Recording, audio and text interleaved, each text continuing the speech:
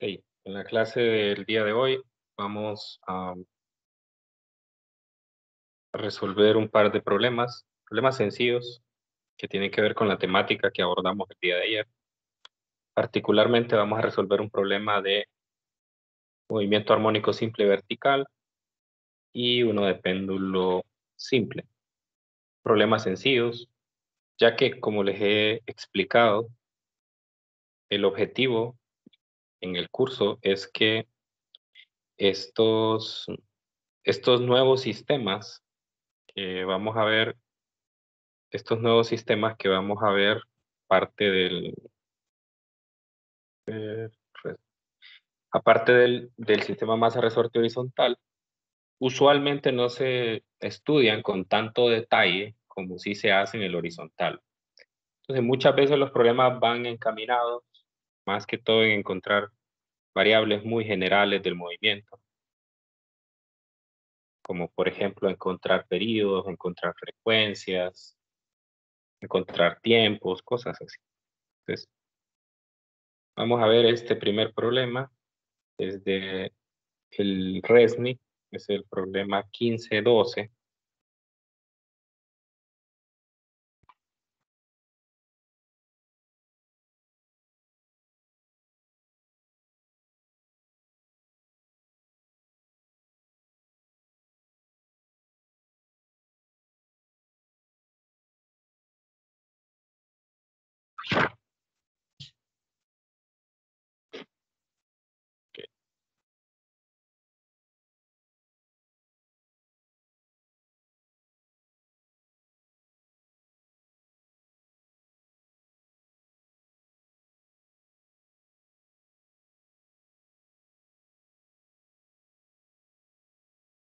Muy bien, el problema 1512 me dice que un objeto de una masa 2.4 kilogramos cuelga de un resorte. Un cuerpo de 325 gramos colgado abajo del objeto estira adicionalmente el resorte 1.8 centímetros. El cuerpo de 325 gramos es estirado y el objeto entra en oscilación. Hay el periodo de movimiento. Ok, entonces aquí tenemos una situación de movimiento armónico simple vertical para un sistema masa resorte, en la cual inicialmente tenemos al resorte que ha sido estirado una distancia debido a una primera masa. Le voy a llamar a esa masa M minúscula. Entonces, esa va a ser mi referencia. Va a ser mi referencia inicial. No es, ojo, no es el punto de equilibrio. Va a ser mi referencia inicial. Y me dice que después se le coloca otro objeto en la parte inferior, de manera que el resorte se estira una distancia adicional. No me importa lo que estaba estirado al inicio debido al primer objeto, ya que estaba en equilibrio. Vamos a colocar que aquí está la presencia de el primer objeto y adicionalmente se ha unido aquí un segundo. Bueno, realmente no es tan masivo como este. Va a ser más pequeño porque es nada más de 325 gramos. Ok, entonces ahí están los dos objetos. En este momento se establece el punto de equilibrio de la oscilación. Entonces aquí, según me dice el enunciado, al colocar la segunda masa, se estiró una distancia de 1.8 centímetros. Y este va a ser mi referencia para las oscilaciones. Entonces lo que me están pidiendo es el periodo. Me están pidiendo el periodo. Yo tengo las dos masas y tengo la distancia que se ha estirado. Vamos a colocar aquí los valores de masa. La masa M minúscula es de 2.14 kilogramos y la M mayúscula es de 325 gramos. Muy bien, entonces lo que debo de hacer en la segunda de las situaciones es establecer, porque ambas situaciones son de equilibrio. Sin embargo, la masa que va a estar oscilando es la masa combinada de la segunda figura. Entonces, por lo tanto, la que me interesa estudiar es la segunda.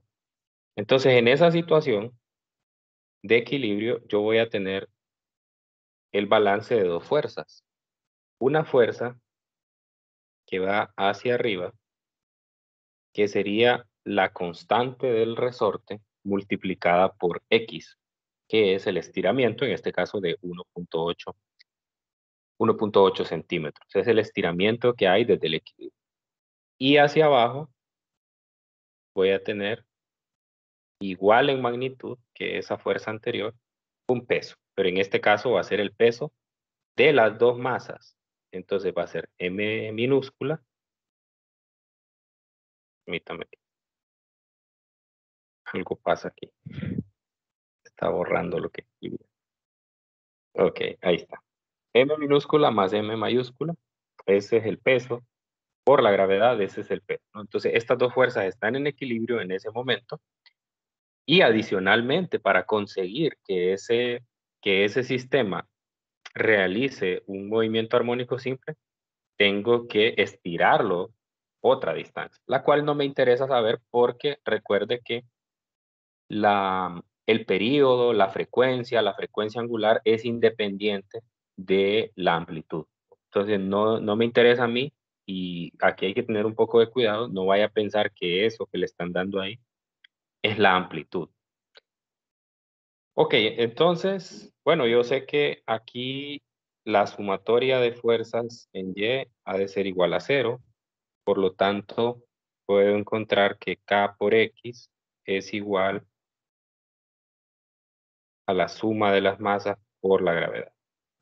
Entonces, de aquí, de esta ecuación, puedo despejar para la constante del resorte. La constante del resorte va a ser la suma de las masas por la gravedad dividido entre el estiramiento. Vamos a hacer ese cálculo. La primer masa es de 2.14 kilogramos y la segunda es de 325 gramos. O sea, 0.325 kilogramos multiplicado por 9.8. ¿Ok? Y dividido entre el estiramiento que fue de 1.8 centímetros. O sea, 0.018 metros. Licenciado, Dígame. fíjese que le tenía una pregunta. Si en todos los problemas nos salen en centímetros, ¿es obligatorio que lo cambiemos a metros o se puede dejar en centímetros? Eso depende de cuál sea la operación. Muchas veces no puedo dar una respuesta general, porque no hay una respuesta general. Dependerá bastante del problema. ¿Cuándo usted obligatoriamente tiene que hacer conversión?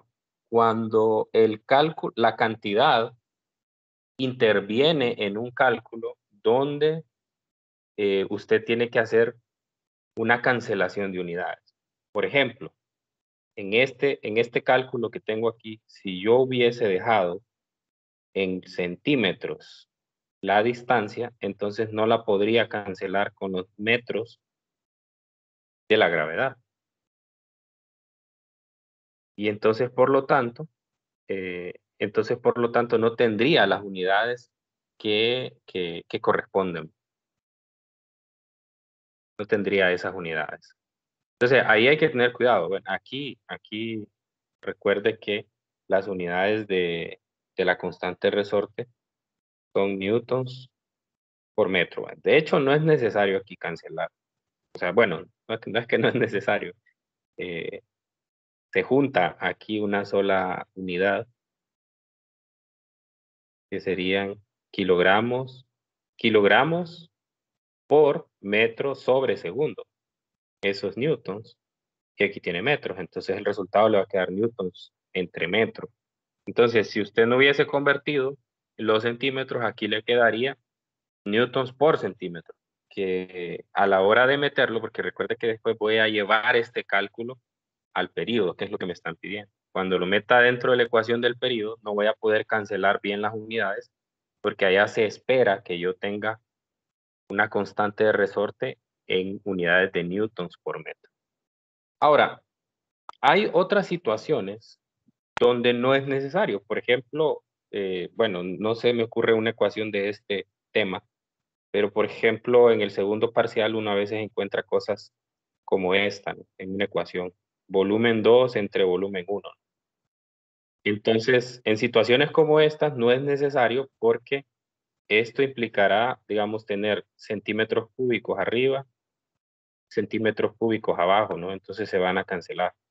Entonces da igual si usted lo deja en centímetros cúbicos o lo pasa a metros cúbicos. Entonces, en situaciones como esas no es necesario, pero en situaciones como la anterior, ahí sí. Entonces, no hay una respuesta general para eso, dependerá del contexto. Entonces, mi respuesta será, cuando se necesite hacer un análisis dimensional para obtener las unidades correctas, ahí sí.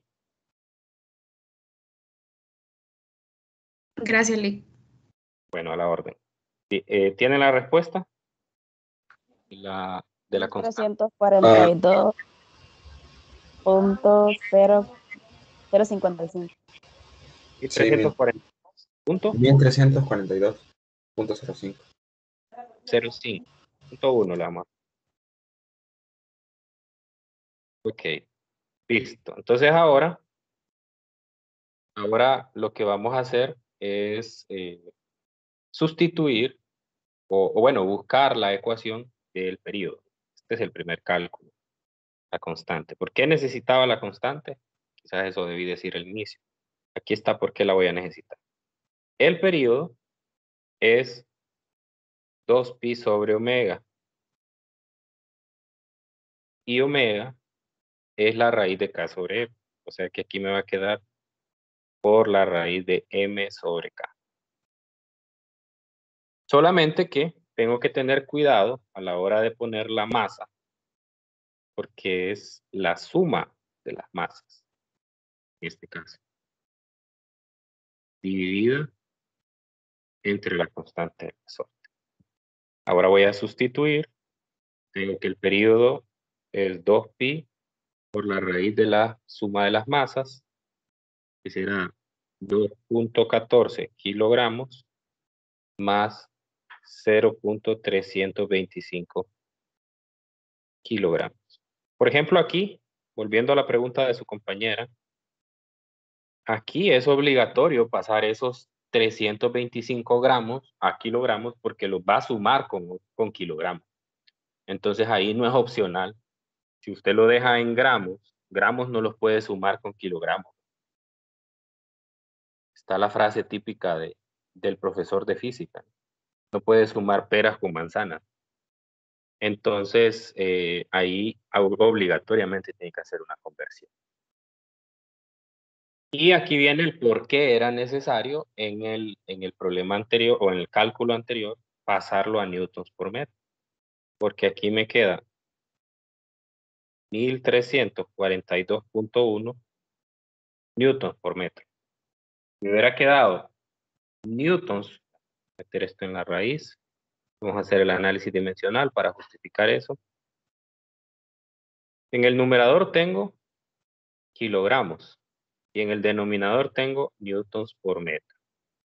Vamos a hacer la operación oreja. Entonces, esto me va a quedar kilogramos por metro entre newton. ¿Okay? Pero newton, kilogramos por metro, newton es kilogramo por metro sobre segundo cuadrado. De manera entonces que todo esto me va a quedar segundo al cuadrado. Si yo no hubiese convertido los centímetros a metros, Entonces, este metro de arriba no me hubiese quedado y no se hubiese cancelado con el de los newtons. Para darme segundos al cuadrado, que al sacarle la raíz cuadrada, pues son segundos, como espero para un periodo. A mí me da 0.269. ¿Cuánto les da a ustedes? Ok, eso me da 1000. Sí, eso da. 0.269. Sí, me da igual.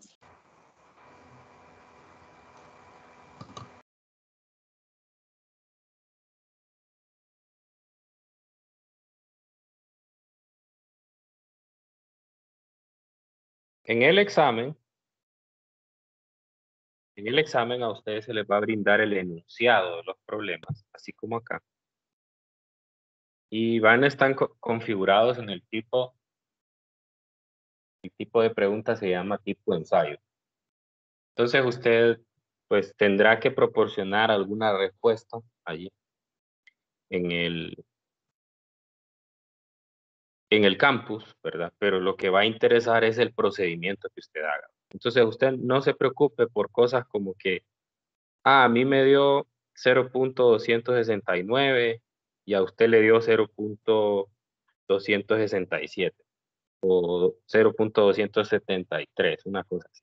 No se preocupe por eso, porque al final lo que se revisa no es la respuesta, sino primero el procedimiento y después la respuesta. Listo. ¿Hay alguna pregunta respecto a este ejercicio? ¿Quedó claro? Lick, Dígame. yo tengo una duda, pero no es con respecto a este ejercicio, pero sí tiene que ver. Vamos a ver.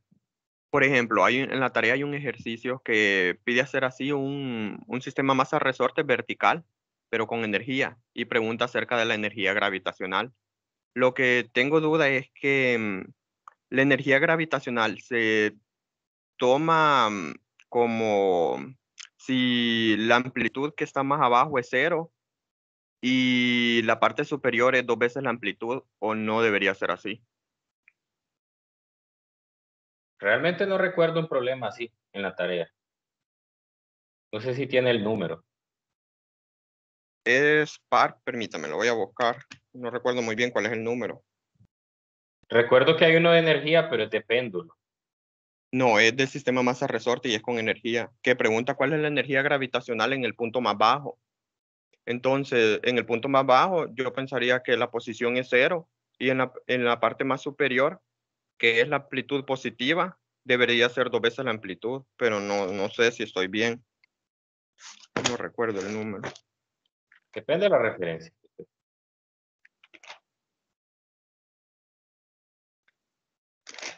De las cuentas pares. Sí, es como el 5 por ahí creo. Creo que es el 5. Sí, yo creo que es el 5, pero no dice posición más baja. En el Dice en la parte mínima, creo que dice, no me acuerdo. no, dice, el número 5, el movimiento de una partícula está dado por una ecuación. ¿A qué tiempo por primera vez la energía cinética es el doble de la energía potencial? No es ese, es otro. Creo que es el 7, es que ya no me acuerdo muy bien. Ese es el del. Sí, ese es el del par. Si es el 7, es el péndulo. P, quiero decir, es impar, me equivoqué. Es el número 4 de los impares. Ok, ahora lo veo. Voy a abrir la guía impar.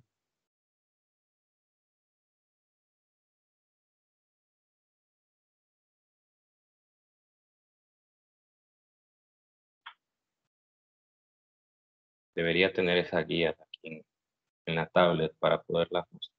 La voy a pasar. Dice el número 4, dice un gato, es el del gato. Un gato con masa de 4 kilogramos.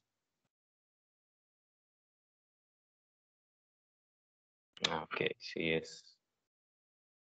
La energía potencial elástica del resorte. Aquí está. Entonces hay una referencia. Suponga que es 0 cuando el resorte no esté estirado. Sí, Ahí pero es. la elástica y pide la gravitacional más abajo.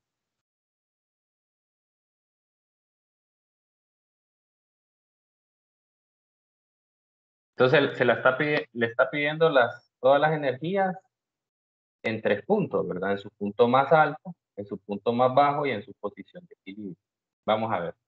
Sí, En sí, el, mi única duda es como si la referencia la puedo poner en que la amplitud, en donde está la amplitud negativa, la puedo poner como 0 para que la amplitud que está positiva sea 2 veces la amplitud. No sé si puedo hacer eso. sí. En el punto más bajo del movimiento, el resorte está comprimido 2 veces la amplitud. Sí. Sí, ahora le entiendo la pregunta. Ok, Sí, entonces voy a hacer eso. listo. Ok, bueno, vamos a ver si alguien no tiene duda con este problema. Vamos. Licenciado, disculpe. Sí, lo escucho. Dígame. Eso que hizo usted con las unidades de medida hay que hacerlo en el examen o en la tarea. Si me pregunta, depende de qué punto de vista me lo pregunte. Si me lo pregunta Sí. desde el punto de vista, eh, pues realmente por mí siempre hay que hacerlo. Ahora, lo que pasa es que a veces a uno le da pereza hacerlo, ¿no? A uno le da pereza, pero mi recomendación es siempre hacerlo. O sea, no lo exijo, no lo exijo. Pero si usted quiere que los problemas le salgan buenos siempre por las unidades, porque realmente lo más doloroso cuando uno hace un examen es cuando uno comete errores por cosas que son simples, que son básicas. Por ejemplo, que se equivoque porque no elevó al cuadrado una ecuación, que se equivoque porque eh, no, la calculadora estaba en grados y no en radianes, cosas de ese tipo. Entonces, si uno es distraído, lo mejor es hacerlo siempre. Es mejor hacerlo siempre.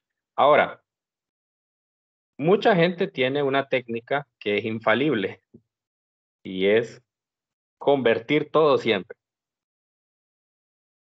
Yo no soy partidario de esa técnica porque yo soy partidario de que uno ahorre tiempo, que uno razone y diga, bueno, aquí sí hay que convertir, aquí no. Pero hay personas que lo hacen como para evitar perder puntos por eso, es decir, quiere que todo esté en unidades del sistema internacional, si se lo dan en gramos, pasarlo a kilogramos, si se lo dan en centímetros, pasarlo a metros, aunque ya a la larga se den cuenta que no. Pero lo mejor es que usted sustituya y haga la cancelación de unidades, como lo hice aquí. Bueno, si se fijan en los problemas anteriores, no lo hago, no siempre lo hago. Aquí nada más era por contestar la pregunta de su compañero. Pero mi recomendación es siempre hacerlo. Ahora, con el tiempo usted tiene que darse cuenta cuándo sí y cuándo no. Ok, vamos a ver este problema. Me dice, este es un problema sencillo de péndulo simple.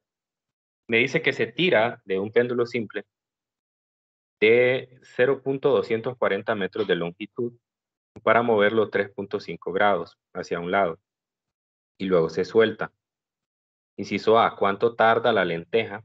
Lenteja se le llama usualmente al objeto que está colocado en el péndulo. Es porque normalmente esa es la forma que tiene el objeto. ¿Y cuánto tarda la lenteja del péndulo en alcanzar su rapidez máxima? Bueno, entonces de lo que vimos en la simulación del día de ayer, vimos que la rapidez máxima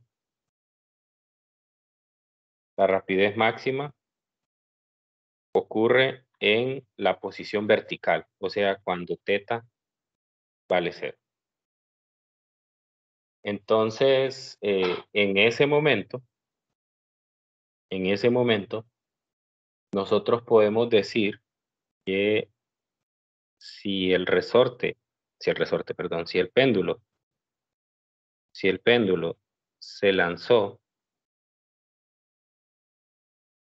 desde 3.5 grados, la siguiente la primera vez que alcanza esa rapidez máxima es cuando está aquí. Es decir, el tiempo, vamos a ponerle este tiempo inicial y este tiempo final. El tiempo o el intervalo de tiempo que transcurre entre el lugar donde se soltó la primera vez que alcanza la rapidez máxima, pues es justamente un cuarto de una oscilación. Por lo tanto, puedo decir que eso es un cuarto del periodo. Entonces, veamos de nuevo. Se tira de un péndulo de 0.240 metros, me están dando la longitud, para moverlo 3.5 hacia un lado y luego se suelta. Entonces, inicialmente está a un ángulo de 3.5, donde le acabo de poner t sub 0, que pues puedo definirla como 0. Y el tiempo que transcurre hasta llegar al punto de equilibrio, que es la vertical, es un cuarto de una oscilación. Entonces lo que me están pidiendo es cuánto es el tiempo que le toma a la lenteja en alcanzar su rapidez máxima. Aquí habría que mejorar la redacción del problema, porque hay infinitas veces que va a alcanzar eso. Entonces habría que mejorarlo y decir cuánto tarda la lenteja del péndulo en alcanzar su rapidez máxima por primera vez. Porque yo podría dar una respuesta diciendo cuando regresa otra vez, pues pasa por la rapidez máxima. Y la tercera vez que pasa también. Entonces, ¿qué intervalo de tiempo es el que tengo que calcular? Entonces, para hacerlo más práctico, voy a calcular el primer tiempo. Entonces, ese tiempo es el periodo entre 4. Por lo tanto, lo que necesito hacer es calcular el periodo de un péndulo simple. El periodo de un péndulo simple, en la clase de ayer encontramos que era 2pi por la raíz de LG. Entonces, la ecuación me quedaría pi sobre 2 por la raíz de L. Entonces voy a sustituir y tengo que la longitud es de 0.240 metros entre 9.8.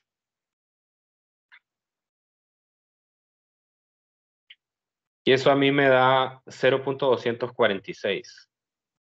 ¿A ustedes también? Sí, a mí también. Muy bien.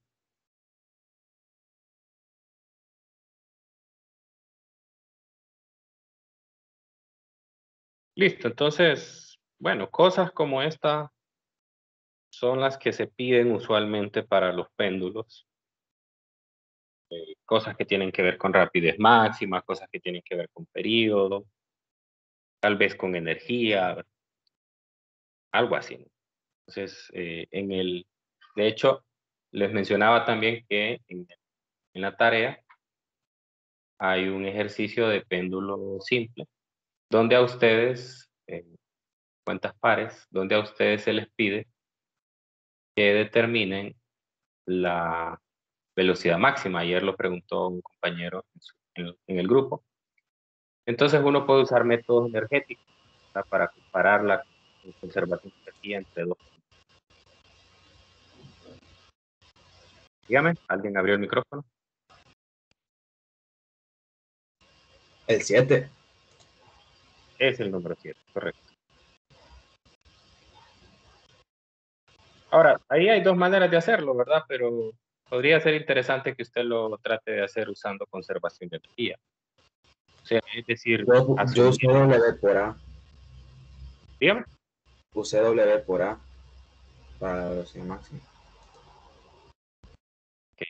Pero lo usó en radianes. Sí, en radianes y todo. No, perdón, en grados no dijo que era. No. Ah, no, se tenía que pasar a radianes, ¿verdad? O sea, aquí usted puede considerar que la y sub 0, o sea, la altura inicial, es una altura h y que la velocidad inicial es 0. Lo mismo aquí. La y es 1, o sea, en el punto donde pasa por el punto de equilibrio es 0 y que la velocidad en este punto es la velocidad máxima. Entonces usted puede hacer conservación de energía entre los dos puntos. Hay energía potencial gravitacional y en el 0 y en el 1 hay energía cinética. Y pues ahí lo que tiene que hacer es pues una relación de triángulos para poder encontrar la altura h, que básicamente es la diferencia entre toda la longitud del péndulo y el lado adyacente del triángulo que se forma. Esa es una forma también de verlo. Ok, ese era un comercial nada más. Inciso B. ¿Cuánto tarda, siempre en completar eso, si el péndulo se suelta a un ángulo de 1.75 grados en vez de 3.5? Entonces, ¿cuál sería la respuesta a eso? En base al cálculo anterior. Licenciado, creo que las unidades del periodo las tienen en metros. Sí, no en segundo. Ah, sí, gracias. Gracias por la observación. Ok, entonces, en el inciso B, va a ser lo mismo. 0.246. Ya que, ojo, para ángulos pequeños, porque en el texto usted puede encontrar para una fórmula para el periodo, no considerando los ángulos pequeños, y entonces ahí sí hay una dependencia del periodo con la amplitud. Entonces, para ángulos pequeños, el periodo es independiente de teta.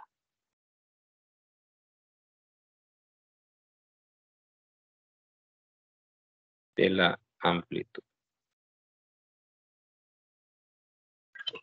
Maestro, Te escucho. cuando dicen oscilación en péndulo también, eso es igual al periodo, ¿verdad? T. Cuando dice una oscilación. Sí, digamos que, por ejemplo, Una oscilación es un ciclo completo. sí, Se realiza en un tiempo igual. digamos que un péndulo oscila, que tarda en oscilar tantos segundos. Eso se puede traducir como T, ¿verdad? Igual a tantos segundos. Sí, completa un ciclo, completa una oscilación en un tiempo dado, entonces se puede considerar. Sí, es que así es también, así es como busqué la longitud de las cuerdas en el ejercicio 7 que dijo usted. No, Sí. no sé, tendría que ver. Es que dice Porque que tarda 5.5 segundos en dar una oscilación, entonces podría decir que esto es igual. estamos hablando del inciso A, ¿verdad? Sí, sí, sí, Claro, sí, ese es el periodo. Dando ahí es el periodo y de ahí despeja para para L. L, ¿no? Y con L puede encontrar cuál es el cambio de altura, que es este que les digo que hay ahí. O puede hacer la otra cosa que mencionaba su Encontrar compañero, W. encontrar omega por A, porque omega también depende de. Bueno, no, de hecho no es necesario encontrar L para encontrar omega, porque hay una relación directa entre el período y omega. Recuerde que el período es 2pi sobre omega. Entonces Sí, directamente ahí puede encontrar omega. Pero bueno, como en el inciso A le piden la altura, ¿verdad? correcto. A ver, ¿quién iba a participar? Escucho.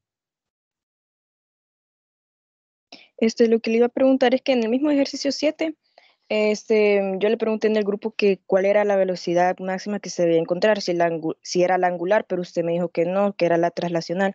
Mi pregunta es, cómo es que se puede confirmar cuál es la velocidad máxima que pide el ejercicio? Si por los datos, pues yo pensé que era la angular. Siempre que le digan velocidad máxima es traslacional. Si le van a pedir la angular, le van a decir que es la angular. O sea, se sobreentiende cuando uno habla de velocidad que es traslacional. O sea, porque uno no puede estar diciendo en todos los problemas, ponerle el apellido a la velocidad, decir velocidad traslacional, velocidad rotacional.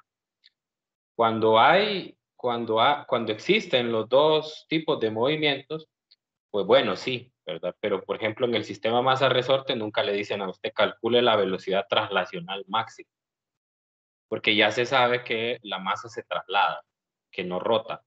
Entonces, por lo tanto, se sobreentiende que siempre que a usted solo le digan la velocidad sin ningún apellido, se trata de una velocidad traslacional. O sea que Que no sí. o sea que esa no se va a calcular como la W por A, ¿verdad? Sí, claro, esa es. W por A,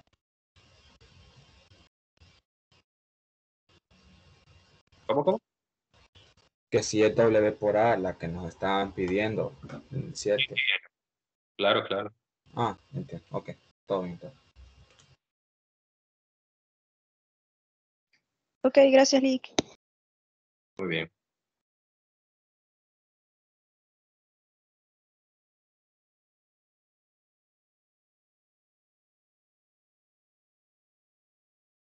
Ok, bueno, vamos a hablar de péndulo físico.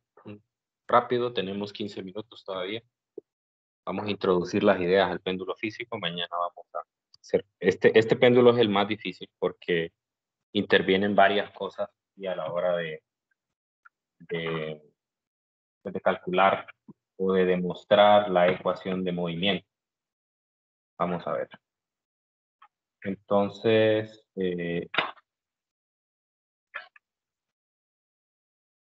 primero vamos a considerar un sólido rígido. Un sólido rígido es cualquier objeto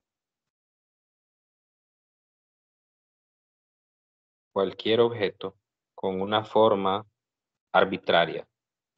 Vamos a hacer una pera, donde esta tiene un pivote y nunca en los péndulos físicos, a menos que exista un mecanismo externo que provoque las oscilaciones, nunca va a coincidir el pivote con el centro de gravedad del objeto. Nunca. De lo contrario, entonces no van a ocurrir las oscilaciones. Es precisamente la distancia que hay entre el pivote y el centro de gravedad lo que permite que ocurran estas oscilaciones. Ok, entonces nosotros sabemos que para un sólido rígido, cuando hacemos el tratamiento del sólido rígido en física, lo que hacemos es asumir que toda la masa del objeto está concentrada en el punto de centro de gravedad.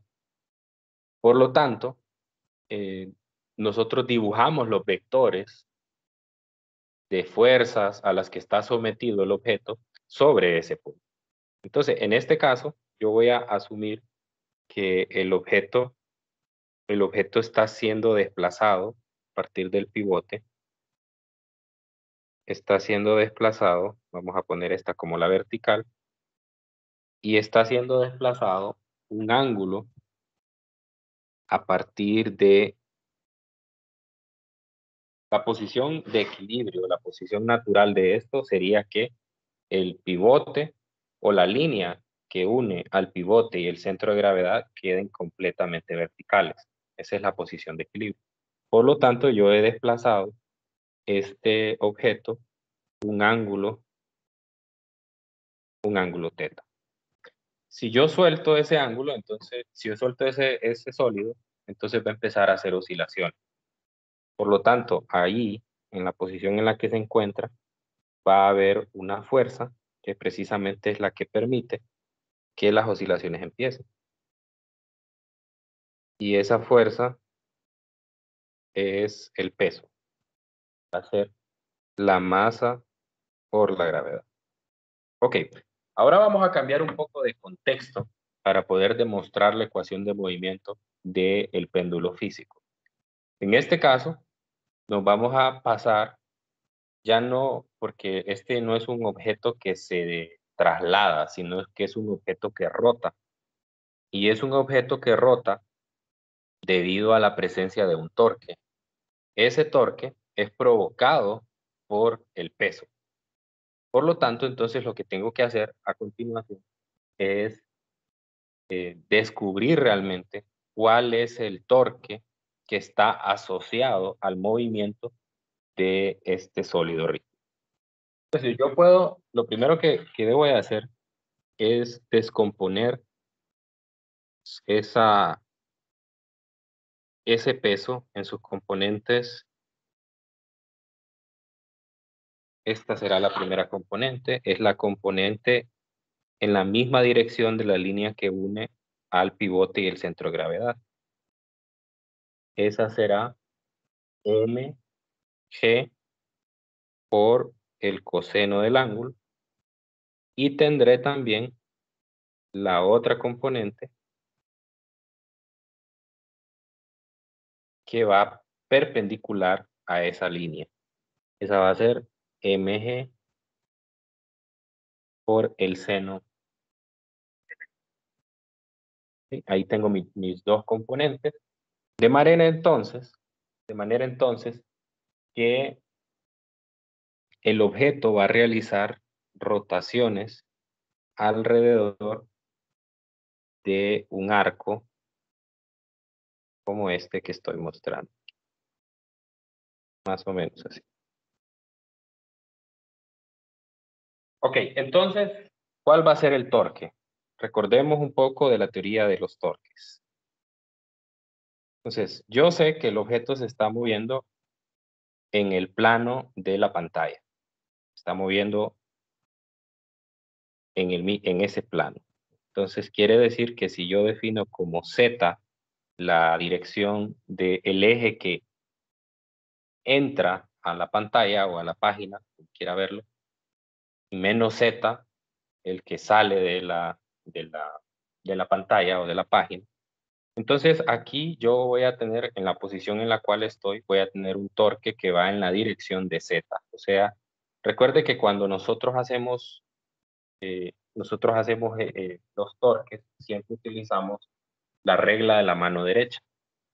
La regla de la mano derecha, voy a poner mi cámara otra vez para que ustedes puedan ver esto. Y cuando comparto pantalla, siempre se apaga la cámara.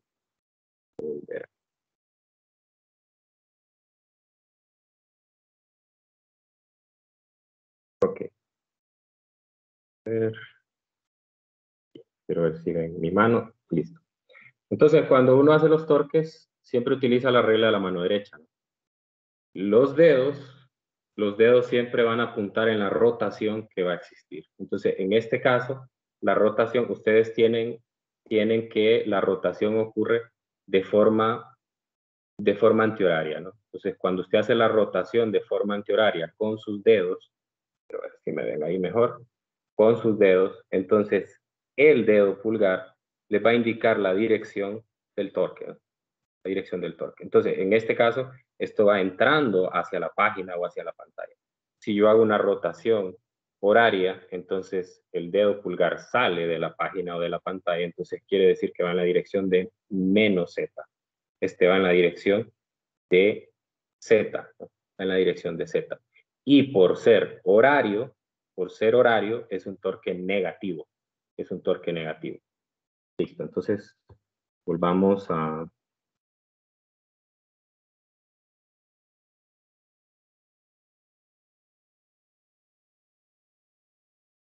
Vamos a la pantalla.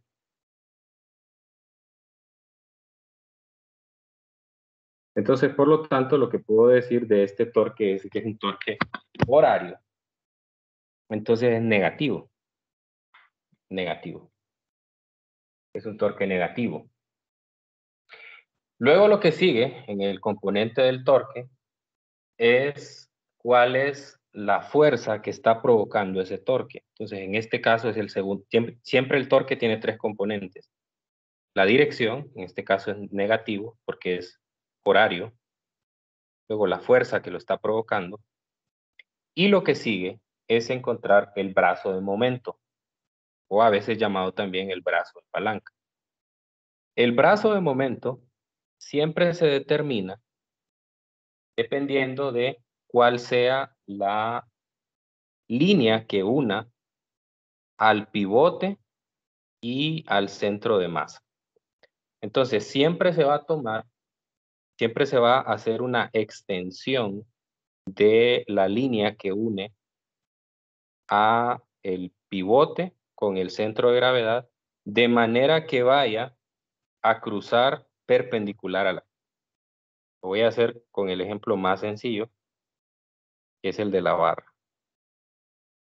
Entonces, yo tengo una fuerza aquí, F, de manera que voy a tener una componente aquí, Fx, y voy a tener una componente aquí, Fy. Entonces, lo que voy a hacer es que voy a extender la línea de acción de la fuerza. La voy a extender. Hacer esto un poco más arriba.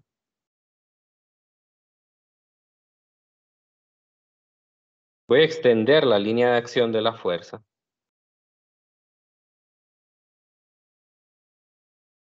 De esta manera. Y voy a tener el pivote. Y desde el pivote voy a trazar una línea que cruce a esa extensión de la línea de fuerza, pero que la cruce cuando se formen 90 grados.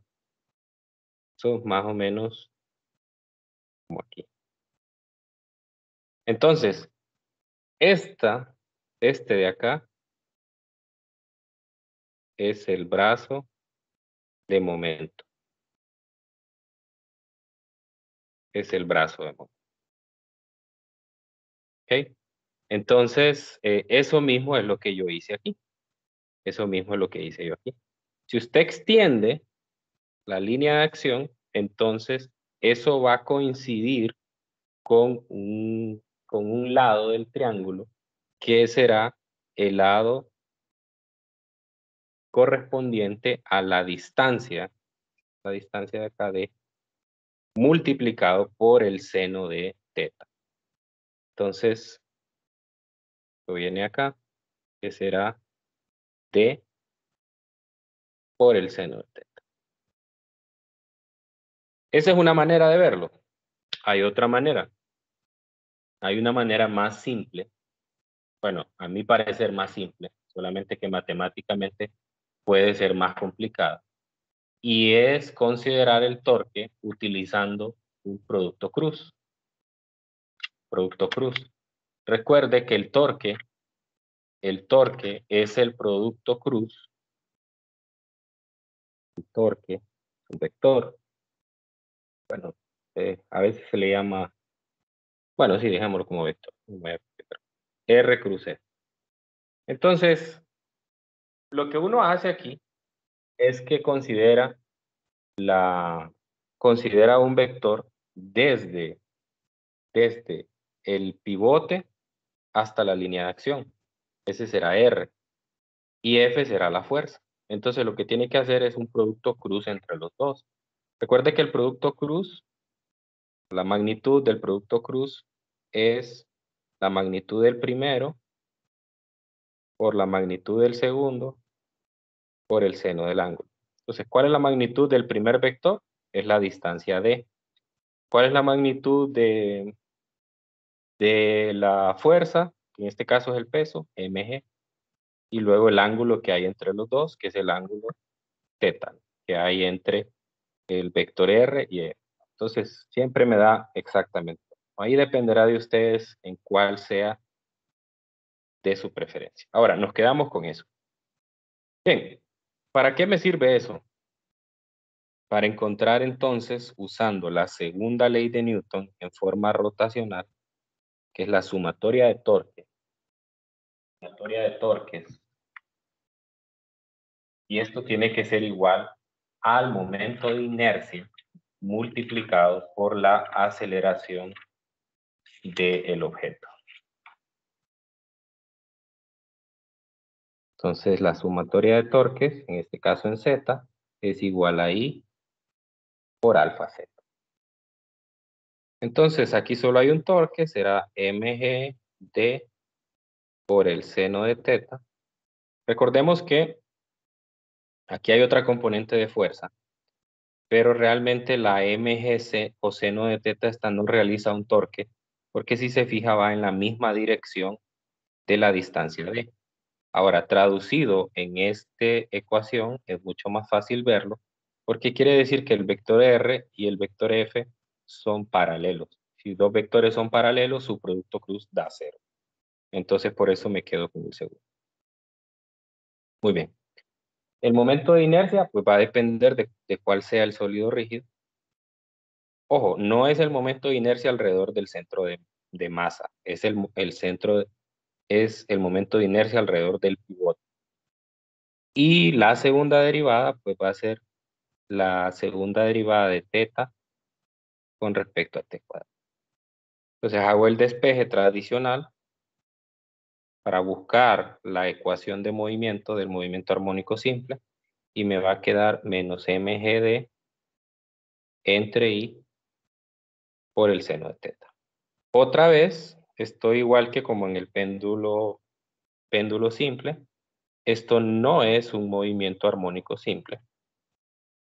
Por lo tanto, para considerarlo un movimiento armónico simple, tengo que considerar oscilaciones pequeñas.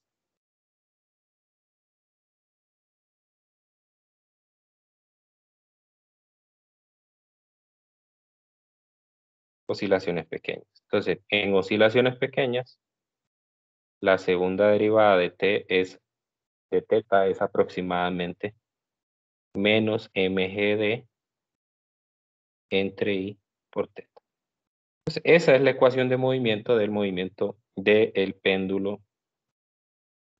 físico y coincide en que esto sí es un movimiento armónico simple. Entonces, obviamente va a tener las mismas características de movimiento que todos los sistemas que hemos visto anteriormente.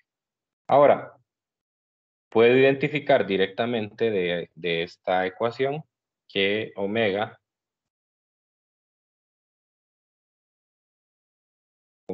es la raíz cuadrada de mgd entre I. Entonces, ahí hay que tener claro qué es cada cosa. La masa será la masa del sólido rígido. Ojo con eso, que a veces no siempre es una sola masa. Muchas veces podemos encontrar con que el péndulo está compuesto por varias cosas.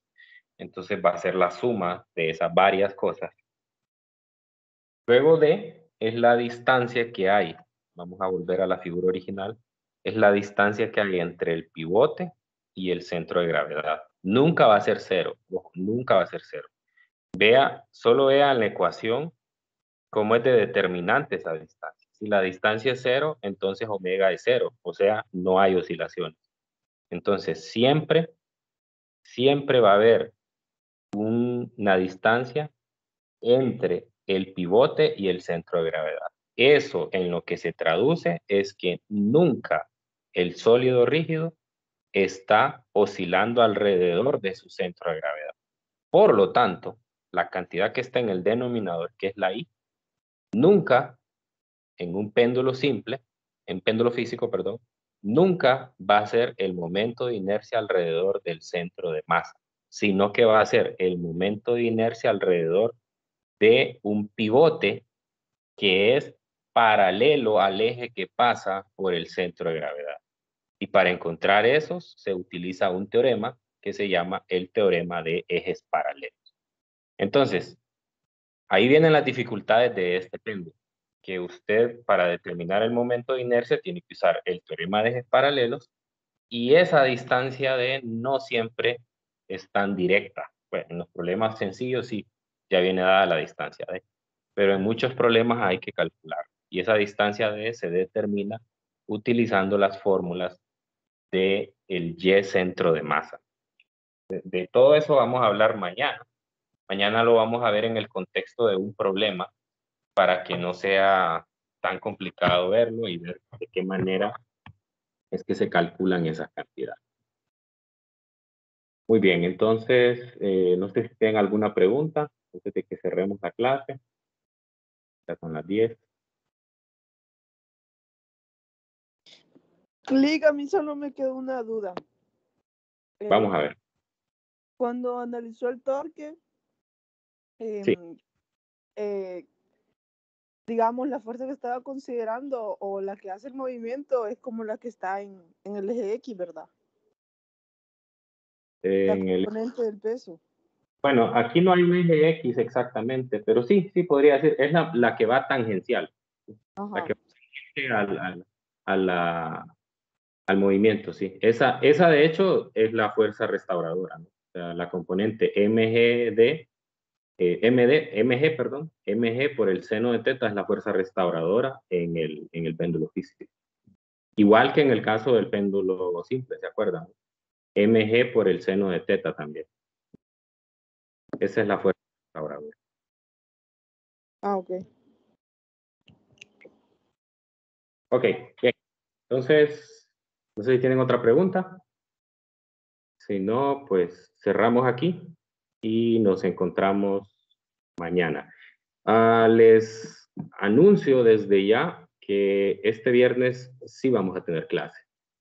Así que aparten ese tiempo para este viernes. Este viernes vamos a tener una actividad donde vamos a, según el calendario de actividades, el día de mañana corresponde a que hagamos un repaso, pero ese repaso lo vamos a tener el viernes. O sea que ese día vamos a resolver problemas difíciles, los más difíciles del capítulo. Así que no hay que perderse esa clase porque es muy importante, son los problemas más caros del examen. Valen 5 puntos oro en cada examen esos problemas. Y muchas veces los dejan en blanco porque les da miedo. Pero yo no los miro a ustedes con cara de miedo. Yo sé que les va a ir muy bien. Entonces, no, para que vayan apartando ese tiempo, va a quedar agendada también el jueves ahí esta sesión. El control de lectura también queda para el viernes. El control de lectura es el tarea. viernes. Y la tarea, correcto. O sea, el viernes es un día cargado de actividades.